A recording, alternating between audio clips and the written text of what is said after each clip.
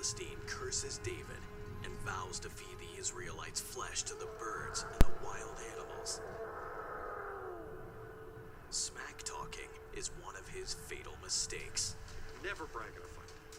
That is one of the basic rules of fighting.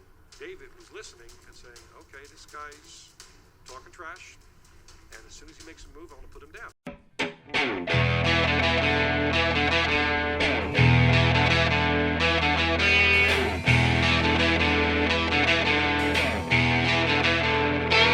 I get up from the ground, from the man from is keeping it down, and it's time to decide on the action that'll force the tide. And I feel that I can win. A man's starting to spin, starting over once again.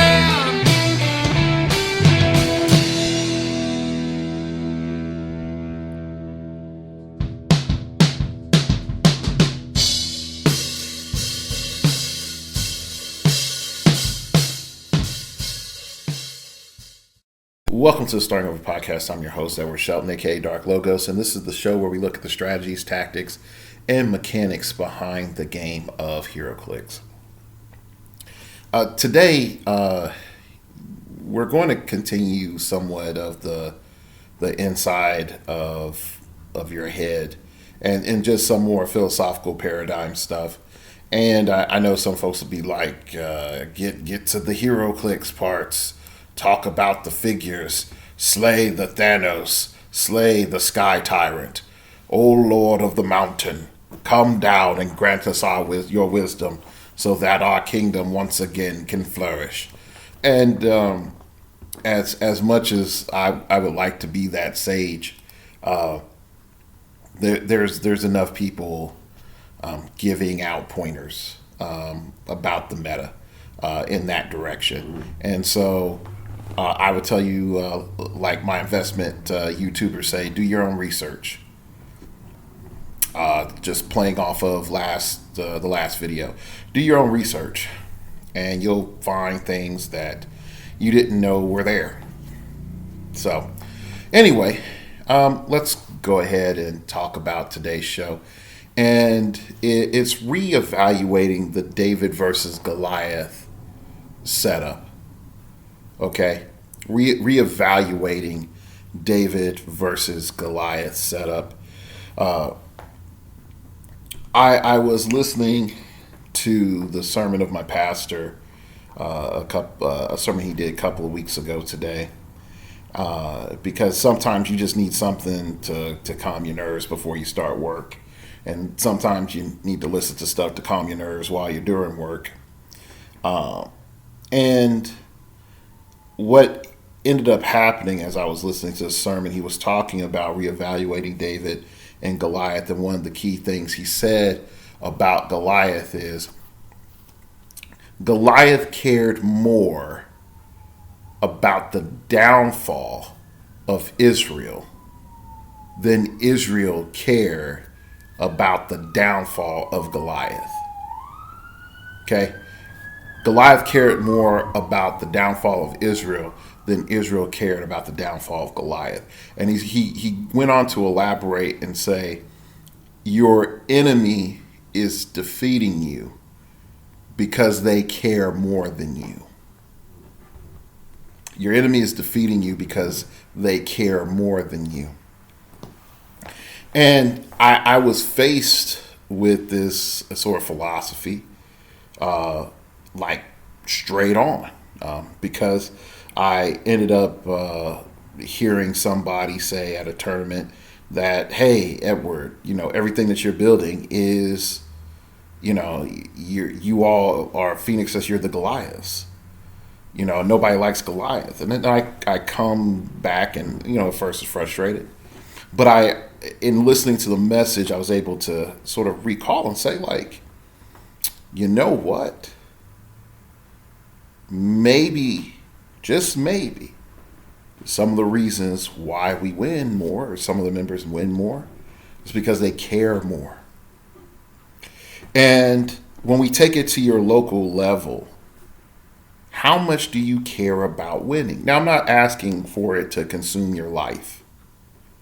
And I'm not asking for you to try to satisfy transcendent needs on by winning. It's saccharine in terms of internal nourishment. Okay, it doesn't do anything good for your mental state of trying to live your life through winning, because winning it gives you a good 40 seconds of oh yeah, and then you're back to work again.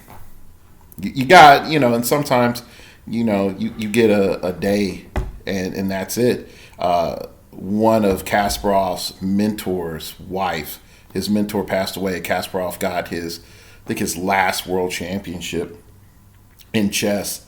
And he says the spouse, she says to Kasparov is congratulations and I pity you. And he said, why is that? And she came back and said, this is going to be the peak of your career and possibly the happiest day of your life. And that hits hard because there wasn't any other place to go up from where he was. So the issue of caring, when we like I said, going back to that David versus Goliath situation, like, do you care enough to keep going? Do you care enough to do the research? Do you care enough to have the conversations? Do you care enough to share? Do you care enough to listen? Do you care enough to build your team, your squad? Okay, are you willing to go against some of your modern conveniences and have personable conversations? In older podcasts, I said, make your heroclix friend at the venue. Okay, you're not limited to the venue anymore. Corona forced more people online playing this game than ever. Okay, so let's just say, like, who are your online friends? Who is this circle of thinkers that you want to get together? Even during the 8C realm heydays, I was trying to get together better, I would argue at the time, better thinkers or great thinkers than myself, and trying to get their mindset, get their understanding, and work on teams. And because of that, it gave me a certain... It gave me points of growth that I never had before. But again, I cared. I cared about winning. I cared about what it took to win. Okay? And a lot of people don't care enough. Okay? In the sense of knowing what it's going to take for victory to occur. All right? If what you're looking at is, here's this standard, here's all these things that are put out there, here's this information and that information, then the thing that needs to come into your mind is, all right, those are the gatekeepers of this reality. And if I can crack those gatekeepers, I can go into the vision that I want. But I have to care enough to do the work. I have to care enough to go and find the allies away from me that are not in my kingdom. I have to care enough to go through some tournament results from an event that was held 2 months ago. I have to care enough to go and find obscure pieces that people are undervaluing because they work and they start causing disruption to things that I see as a problem. You have to care enough. Because the thing about Goliath is Goliath knew his advantage. Goliath knew his advantage, and he also knew what was behind him.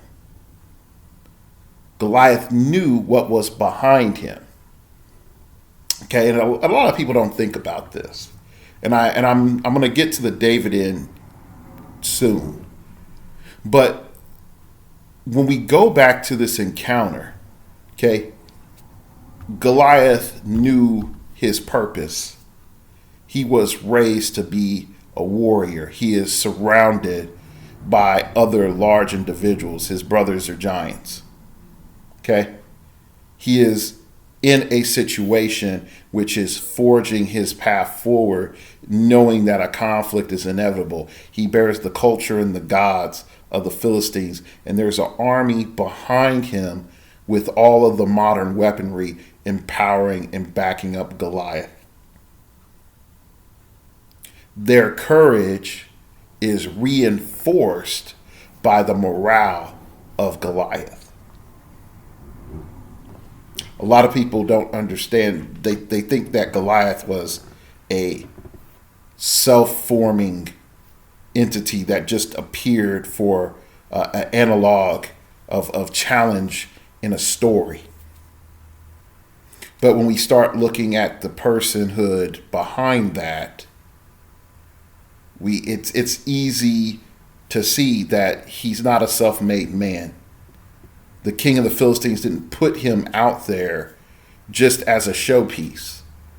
He had combat capability. All right. He had smack talk. He had armory. He had a shield that was larger than a man. Okay, that he's able to lift. He has a heavy spear that he's able to wave around, which could slay multiple men. The deadliness of Goliath should never be underestimated, because this is when we sort of transition into the David part. David too was trained from a boy, just like Goliath. And the tools that he brought forth were the tools that he's been using since he was a kid.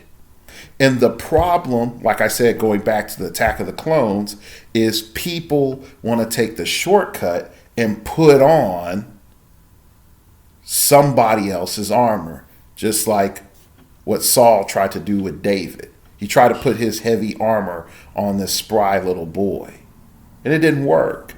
He can't move. He can't operate. He's pretty much just a slow-moving, sack of dead meat if he tries to face Goliath head to head. And that is the problem. That is the problem. Most people think, oh, I have a couple of cool random ideas. People don't see things the way I see it. Whatever, I'm going to go just beat them with my random ideas. And then you're just going to go out there with no support. You weren't raised in it. To quote, Bane, it's like, I was born in this Batman. I was born into the darkness. You just adopted it.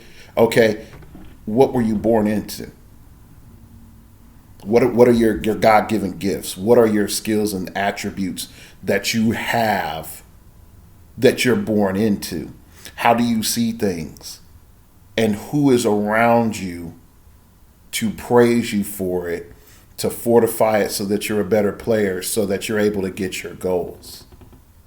Okay, and then coming back and saying, no, I'm not going to be a clone soldier. Okay, I'm not going to be a clone soldier. All right, we go into the next element. Those around him, his brothers, when he accepted the challenge of Goliath, were like, you darn fool, you were sent here on a mail run and a food run, and you're about to cause us problems and embarrass us, and we're about to explain to mom and dad why you died. Get your butt back home while you still can. Okay? If you're going to face down challenges and minor opposition is enough to get you to go home, I'm sorry, you're not the hero of this story. And you will have to solve for that before you go any further. If you believe that, I'm going to be friends with everyone and I'm going to still win, you're naive. The moment you become or decide to become a winner, you become the enemy of the average in most cases. Because all of a sudden, excellence, in the pursuit of excellence, in the face of people who are unwilling to deal with their shortcomings and do the hard work and adapt and grow, you are anathema to them, because you are the mirror showing, hey, you're failing here, you're failing here, you're failing here. And it's an internal insecurity. And so those people will pull you down. If you can't deal with the fact that you're going to be a villain in someone's story, go home. The cost of winning is that people will not like you. And that's something I think, because we moralize conflict all the time. We always paint the other side always as the villains in Yu-Gi-Oh! It's like, oh, look, Seto Kaiba. You know, it's like he went and threw the deck overboard, and Yugi lost his brokenest card combo for the game that Seto Kaiba owns, and somehow Seto Kaiba doesn't have those magical cards as well, which makes absolutely no sense in a collectible card game. But plot. Okay, Gary in Pokemon. Okay, Gary is a jerk. But we're supposed to hate Gary. Why? Because Ash is the protagonist, and we're living our figurative life through Ash. When in actuality, Gary has more aspects of being a winner than Ash, and Ash is very whiny for several seasons of Pokemon, and very unrealistic about his selection of Pokemon. But power of friendship and all that other jazz, and there you go. It took him like 20 years before he won the freaking Pokemon League championship. Okay, let's sort of point that out. Okay, so realistically, if we're being honest with ourselves, the majority of the people that we would deem the villain recognize what they want and are pursuing what they want, and then we're sitting back here concerned and afraid and anxious because we're not doing that. So we can't have other people doing that, and it just makes us feel awkward as they're winning. You see? You're going to become the villain of someone's story. So the next element, when you read a book, there was a historian who wrote a book called David, and talking in particular about David versus Goliath. And he tries to take the metaphysical elements out of David and Goliath. And he says purely that David had better technology than Goliath because the amount of pressure and speed that a sling that David would more than likely use, a leather sling, would be more than enough to indent the bronze armory of that time. Okay, and where Goliath was hit, it was a perfect shot to do frontal lobe damage and kill Goliath by fracturing his skull. He would fall at his height. He would hit the ground, whether it's from the front or the back. His head would hit, sort of finishing the job, and then he would be unconscious, allowing David to cut off his head easily. The issue comes back is you don't have the right technology. You don't. And so when I said last episode with the Attack of the Clones, okay, are you doing the research and development? Are you doing the R? Okay, if you're not doing the R, I'm sorry. Get back in line in Attack of the Clones. Get your blaster, get your helmet on, and start trying to fight freaking Jedi. And hope that the dice are with you. Okay, do understand that you're going to hit a hard level. And I understand, there's some folks that are, they're under the Sith Lord. Okay, as they say, it's like with the dark ones, there's always two. Okay, hey, here's the build. Who is your master? And the master and apprentice are always together. Okay, cool. That's sort of different because at least you have somebody behind you. But do understand 48 laws of power. The apprentice or the disciple is never to overshadow the master. The moment that happens, the apprentice has to assume the role of the master. If they do not, there's only two things that are inevitably to happen. Either the apprentice will be replaced due to its arrogancy, okay, or there will be continual friction between the apprentice and the master, because the apprentice will have contempt and the master will be unsure. So the master will withhold from the apprentice, and the apprentice will notice that and then try to claw everything from the master, and inevitably the enmity will allow them to go again, part ways, either through direct conflict or through death. Okay, now this is heroclix. It's more going to be part ways. All right.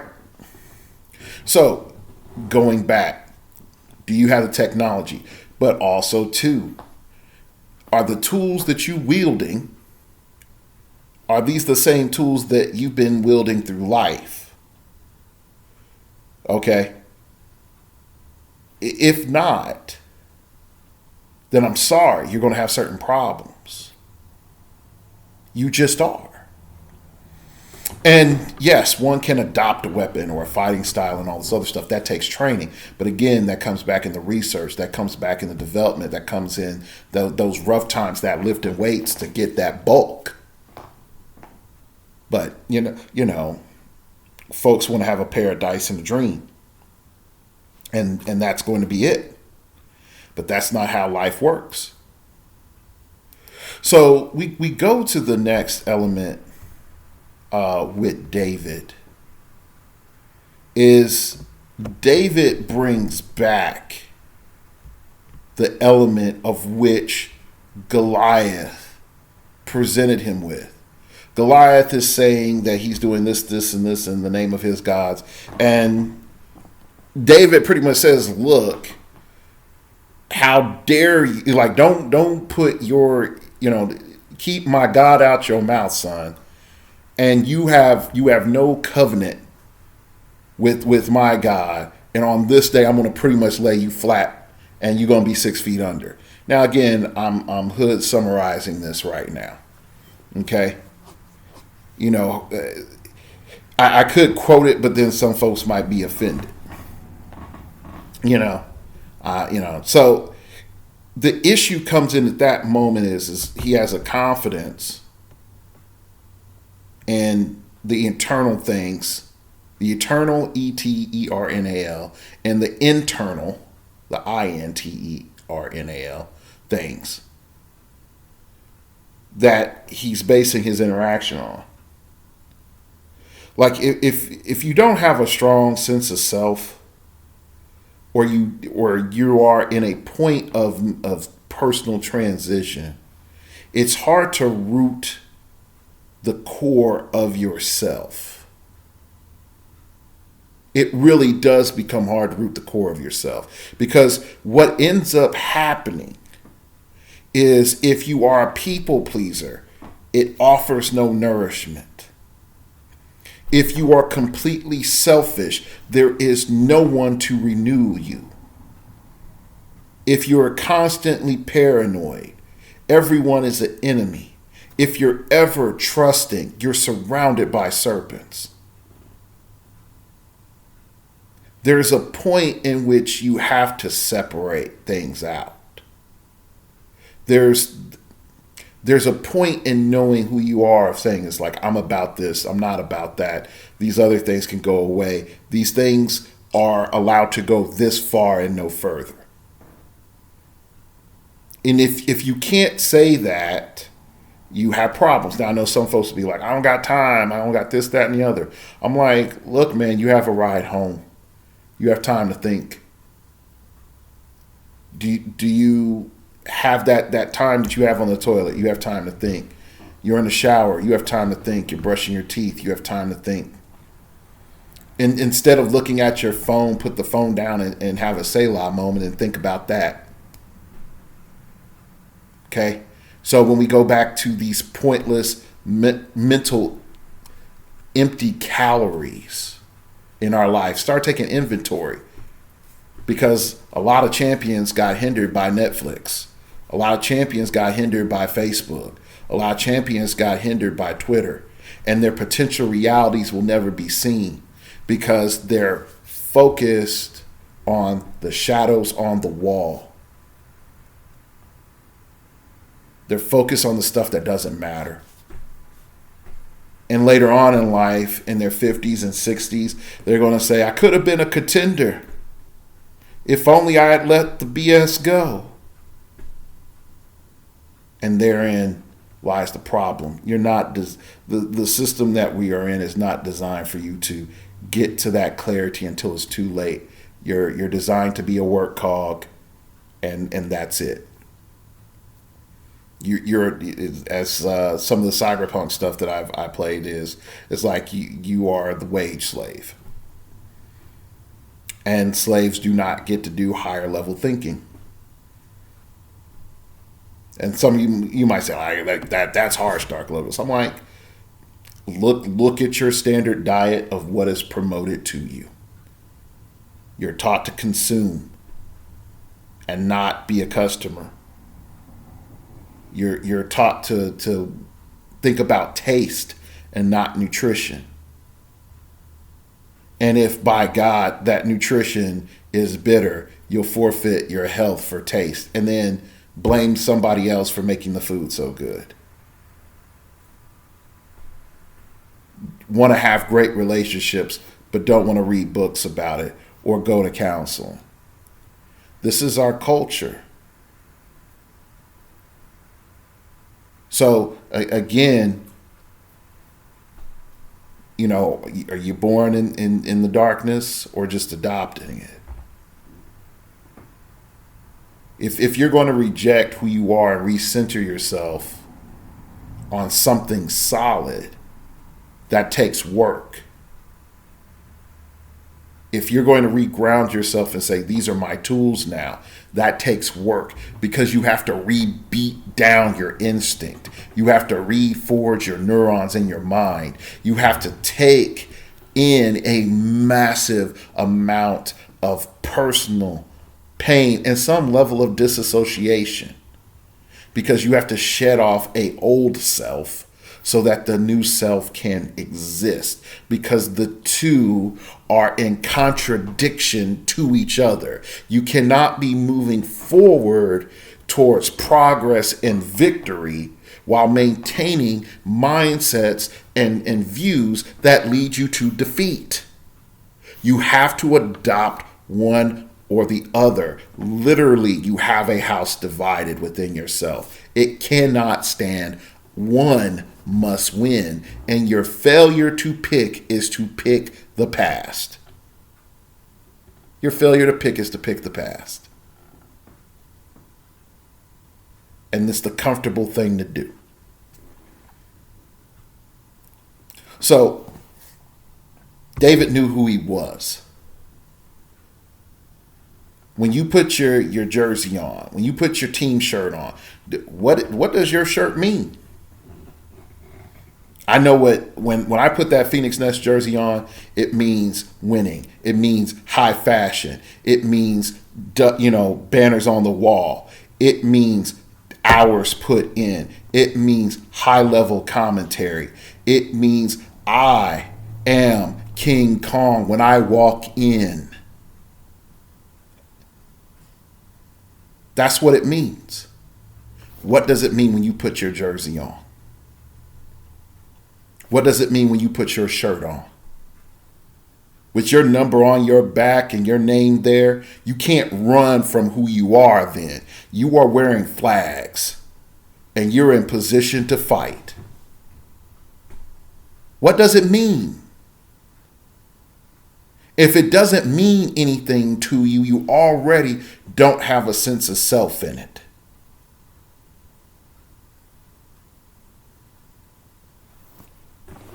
one thing I respect as a person in this game I got to talk to a good amount, maybe not as much as I would like to, is Scott Crampton.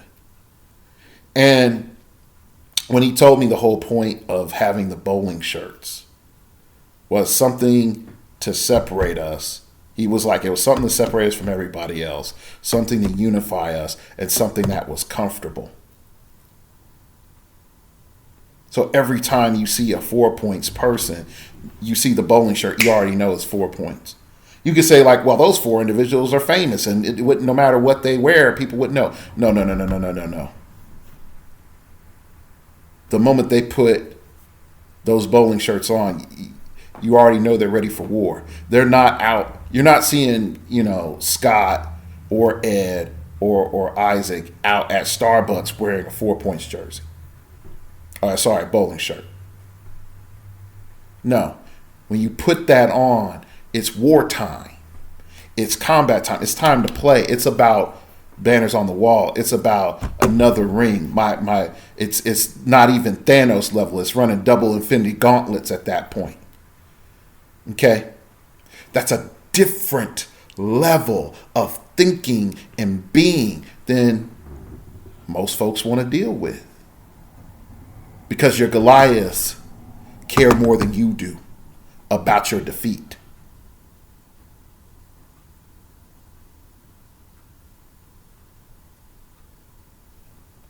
And let that stick in for a bit. Now, some of you will say, like, that's not fair. Scott's a cool dude. How dare you call him a Goliath? And I'm saying is this. If you think it's just villainy that I'm putting this to, you're naive. But in the sense of that he will be your opposition, and understanding that if you get to the highest rungs and you think you're not going to go through one of the members of 4 points, you are naive. If you think you're not going to go through a person from Clickstoff, you're naive. If you think you're not going to go through a member of Phoenix Nest, you're naive. You're naive. Eventually, when you see somebody with those flags on the other side of that board, what are you at that point? Because there's another story to tell. It's either David versus Goliath, or it's Jericho. And you're like, well, Jericho, like, how does that come in? It's like, we walked around, we examined your team mentally. We know right where to hit it. And on that right point of tempo, your walls came down and allowed it to be ramparts so that we can run up and sack your city. And then we move on. We move on. And see, when you start to understand a little bit more about like why some of these things I say are important, because handing you, this is the best figure all the time, these are the best teams all the time, while they are useful for you to get a sense of the mechanics of them, they will not solve your deeper problems. They will not solve your deeper problems that go along with this game. Okay? And so when we finally step back and we look at that interaction, what does David say? I have killed the lion and the bear. I have killed the lion and the bear. Okay?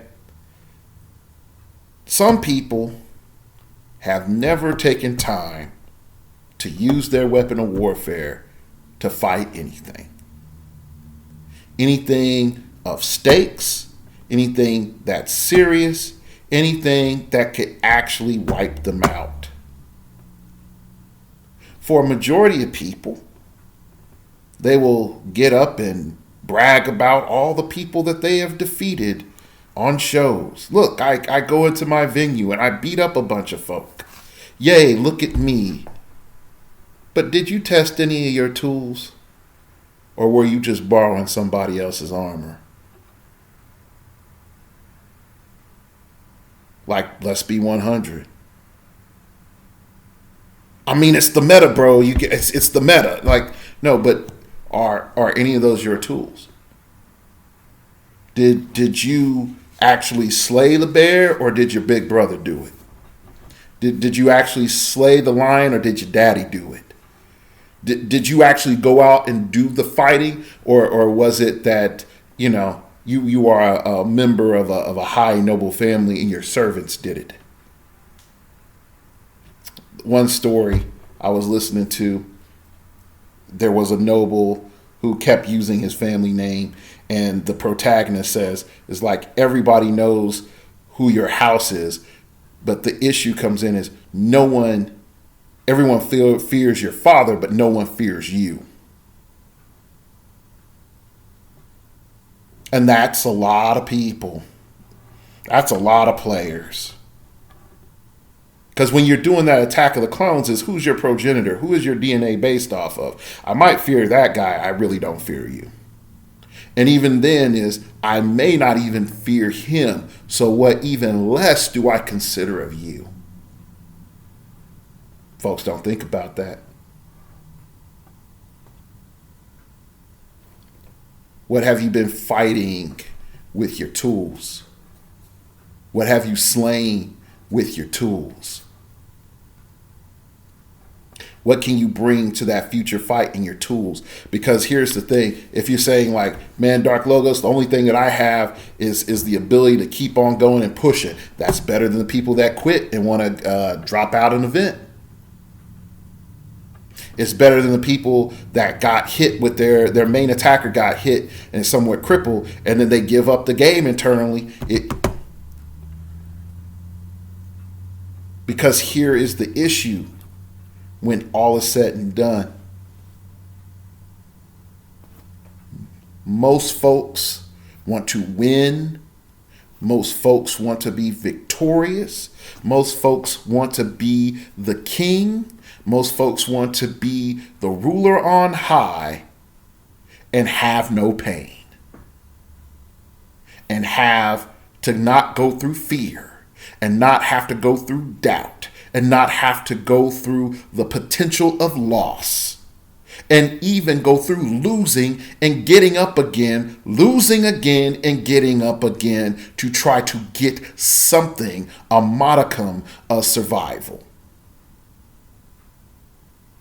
Because once you start cultivating that in you, and that winner comes out in you, those small battles add up and you start having a disdain for mediocrity.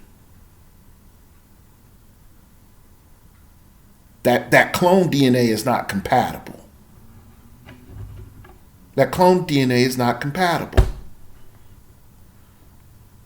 So I end up spending some of this evening working with teammates, refining ideas and throwing stuff in the lab. And I said to one of them, I'm like, you're playing X. I understand you like X. Look at these maps. These change your matchups. Okay? And in that moment, I didn't say, hey man, I'm going to solve all your problems, run these maps, there you go. I said, here are these maps to test. They change the matchup. See what you can do with it. If he goes through and he says, yo, Edward, this does this, and this. These are the pros. Here are the cons, blah, blah, blah. Then I'm like, all right, cool. So what lessons have we learned and what are the things we're looking for your maps to change up your game, when you're playing it. Okay? At the same time, he's now distinguishing himself from the other clones. It's like, oh no. I'm not doing this like everybody else. I have these other things. I've gone off reservation. I'm in the new frontier. Oh, I've made this change to my team. I've made this change to my sideline. Now I can do this, and this if I deal with these certain matchups. Oh, I've added this mechanic. I've taken away that mechanic. Oh, okay, so when I start dealing with what had been a mirror match, I now solve it differently in a way that they didn't see before. Because at some point in time, I came back and I said to him, was like, okay, the tools that I see in you, I want you to use those tools to be victorious. But here in my assistance, I'm not telling you, put on the armor of Dark Logos, put on the armor of these other members of Phoenix Nest. What I'm telling you is, go be who you were made to be. Go with your instincts and your design. I am here to assist that. I'm here to assist that. Okay? And for a lot of folks, they never get to that position where, number one, someone is there to assist them in magnifying what they already are, and let alone pursuing that so that they can actually be, to, as I say, to conquer and to conquer. It's an old Greek thing when you talk about perpetuals. It's to perpetually conquer, something that Greek language has that English language doesn't have. You have perpetual language. If you use a word, it is perpetually doing it to infinity. So for any of the theologians out there, is when it says as one sows and another waters is a perpetual in the Greek. So it's one sows and another waters and another waters and another waters is the implication of that text, for anybody who wants to know that. That's an example of perpetual. Congratulations, you got some of my seminary for free. All right. When we look at the final conflict between David and Goliath, this isn't, your typical anime where there's winds up and swings and there's a throwing of a spear and then David dodges and then, he goes in and thinks about all the times that he fought and the flashbacks occurred and all this other stuff. None of that. That doesn't happen. Welcome to real life. There is a preparation, a wind up, an attack, and it's it. Okay? Does Goliath underestimate David's weapon? Yes, because again, brother has a shield larger than a man, and he has a helmet. He could have easily hid behind his shield. Okay, but why did Goliath hide behind his shield? Because that's the appearance of being a coward. Why would he hide against a boy with a toy? That's how the sling is looked at. It's something that a teenager or a little boy would use to terrorize livestock, maybe shoo off a dog. That's why Goliath says, it's like, do you think I'm a mongrel, a dog? Slings are not weapons of war usually.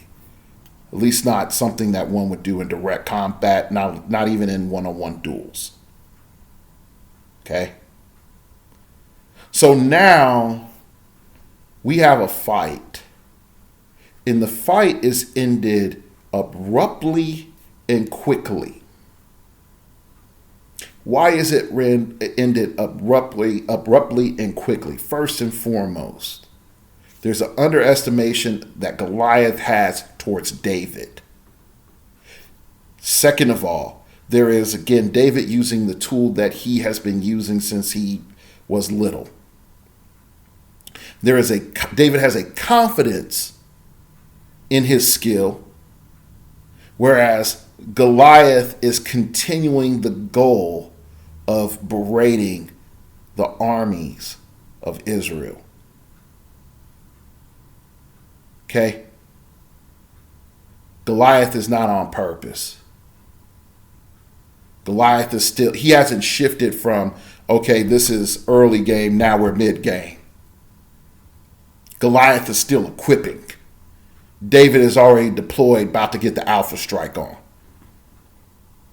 Okay? Some of the downfalls of Goliath is the boasting has a point, but you have to shift to fighting. If any point in time Goliath said, all right, let's go, raises his shield, gets into proper position, it's a different fight. It's a different fight. If we look at it from a secular standpoint instead of religious or metaphysical standpoint, there would be no way for David to win that fight against Goliath unless he slipped. If Goliath took David seriously. And that's something else that we underestimate or we overlook willingly. If your opponent with massive power leverages massive power against you, that is respect. That is respect. Some people would say, it's like, man, Dark Logos, you just crushed him. Like, why'd you do him like that? You did him dirty. Like, so you would prefer for me to just toy with him and slap him around over several rounds, knowing that he doesn't have a chance to beat me? And then make him look pathetic and feel bad inside. And then I am a ghost that beats this man down? No. That's more evil. Oh, you can let him win, Dark Logos. No. That's false victory. And when he realizes that, again, I let him win, how much more insulting is that? See, these are things that we try to say not to look bad. We're like, oh, yeah, I didn't, I held back at the end, like I didn't want to crush him. Like, no, crush him. Give them the full force to let the other person know this is the distance between you and I. You're 1,000 years too early, homie. Like, come back when you meditate under the waters of the waterfall, and you have reached enlightenment, and then we can battle as true immortals do. But until that happens, get waxed. Okay, so if Goliath took David seriously,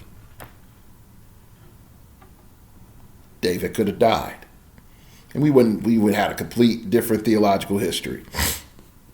From you had a complete different theological history. Okay,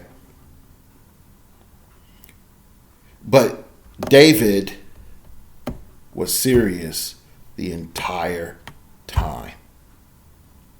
And most people aren't serious the entire time. People go to events, get caught up in talking up other folk. Then, the rounds are about to start, but I got to go use the restroom. Oh, round's about to start, man, I need some water or some food, or when's lunch? Oh, where's Timmy at? He has this one thing of mine that I didn't get from him when we were together. Oh my gosh. And you're so wondering about that $50 thing that you left with Timmy, and does he still have it, that you can't focus on your game because you didn't take everything seriously and prepare. You didn't take inventory like you were going to war. You didn't check your bag twice. You didn't make sure that, hey, I have my key to my room.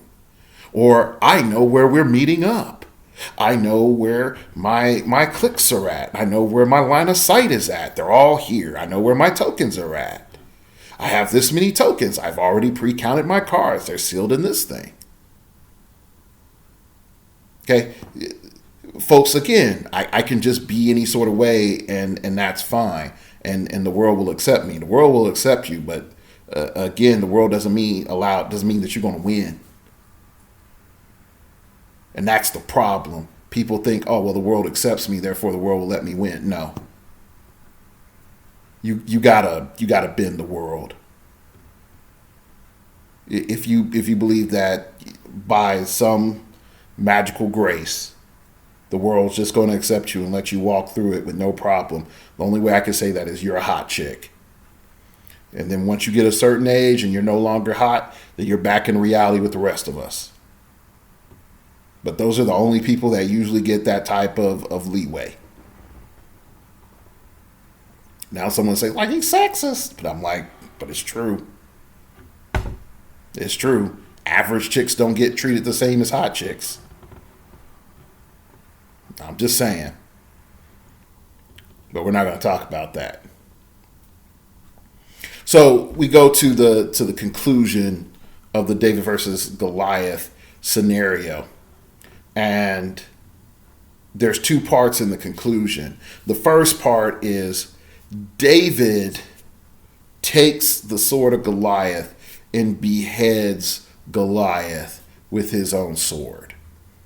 Okay. Now, again, for most people who are not familiar with sort of ancient armory, so your standard beginning of combat stuff is a javelin and a shield. So just think of it as like you're opening up with a range shot. As soon as you launch that javelin, you shift to a sword because you're in a close combat situation. You're not dealing with the phalanx or the Roman turtle formation at this time. Okay? So it's a little bit more random, chaotic, less organized combat. There is still archery, so again, having a long shield, or what most people would call a tower shield, is still important in terms of combat. But when you're shifting into a melee situation, you do not want to have a javelin. A javelin is not designed for that. The only reason that spears really worked in warfare was the phalanx positioning in their length in combination with formation and shielding.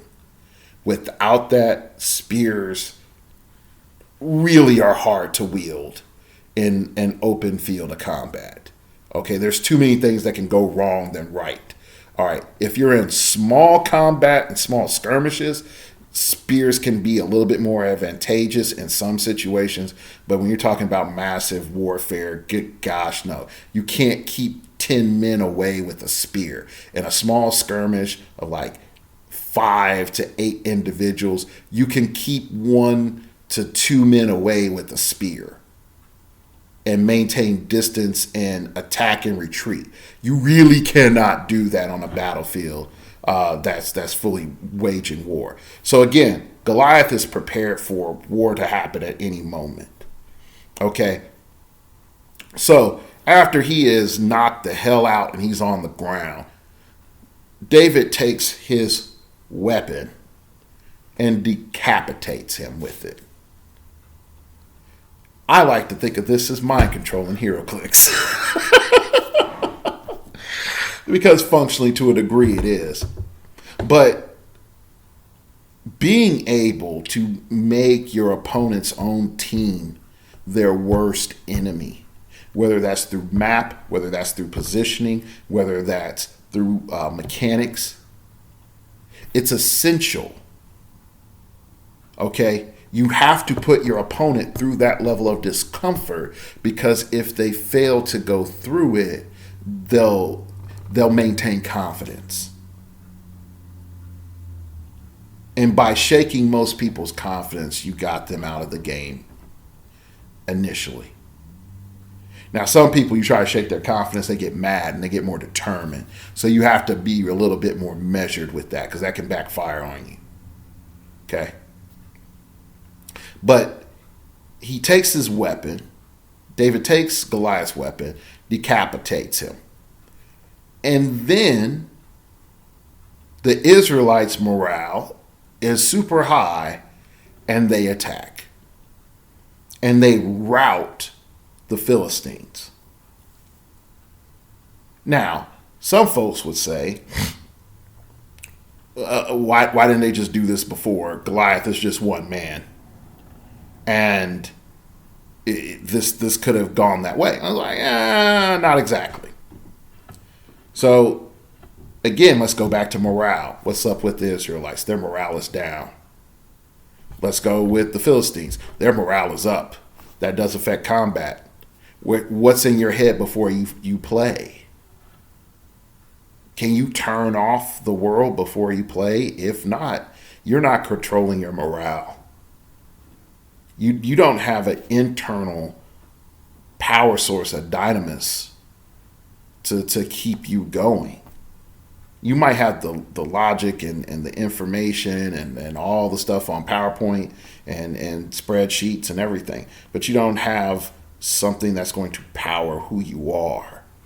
You can listen to all the rock ballads and, epic music you can,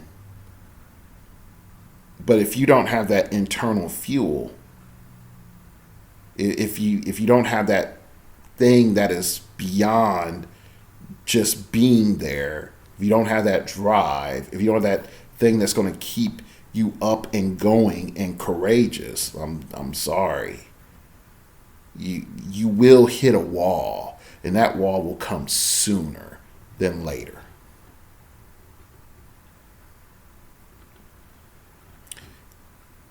The fact that the Israelites were able to rout the Philistines showed that there's a fight that could have happened, but didn't happen, all because certain individuals, one individual was able to keep an image in their head that to do this fight would be foolish.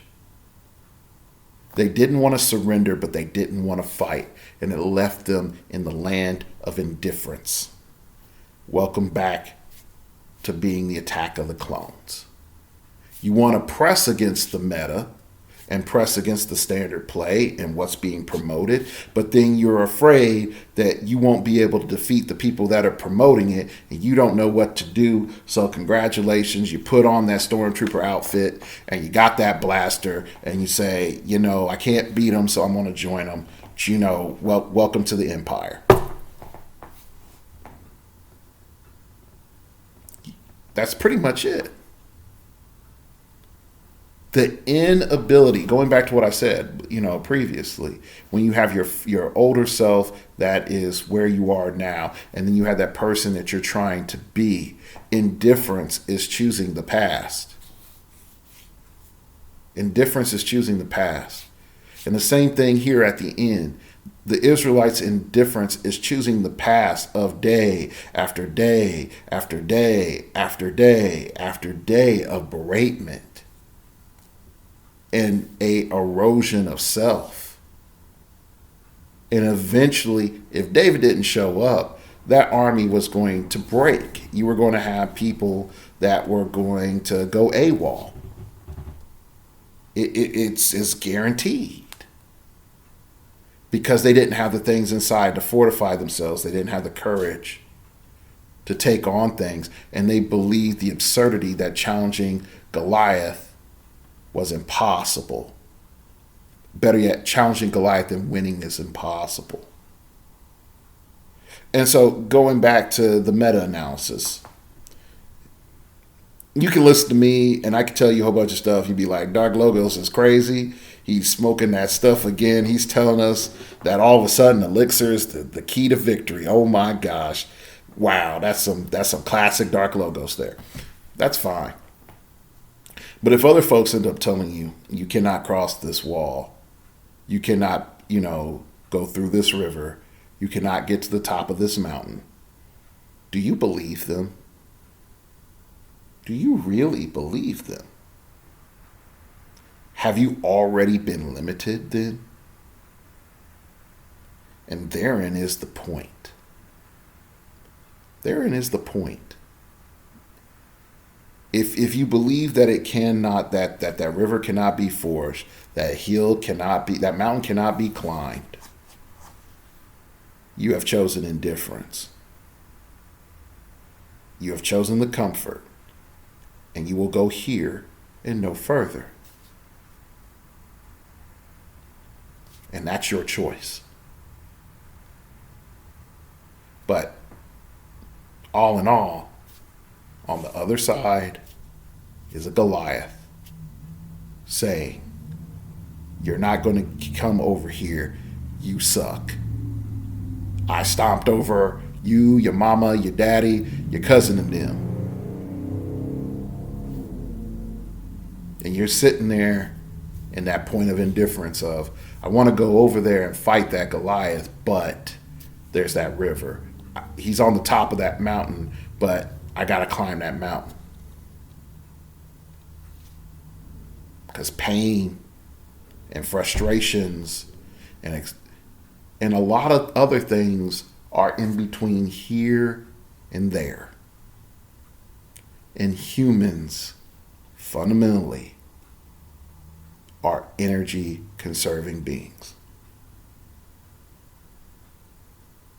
And so you end up in the path of least resistance, right where you are.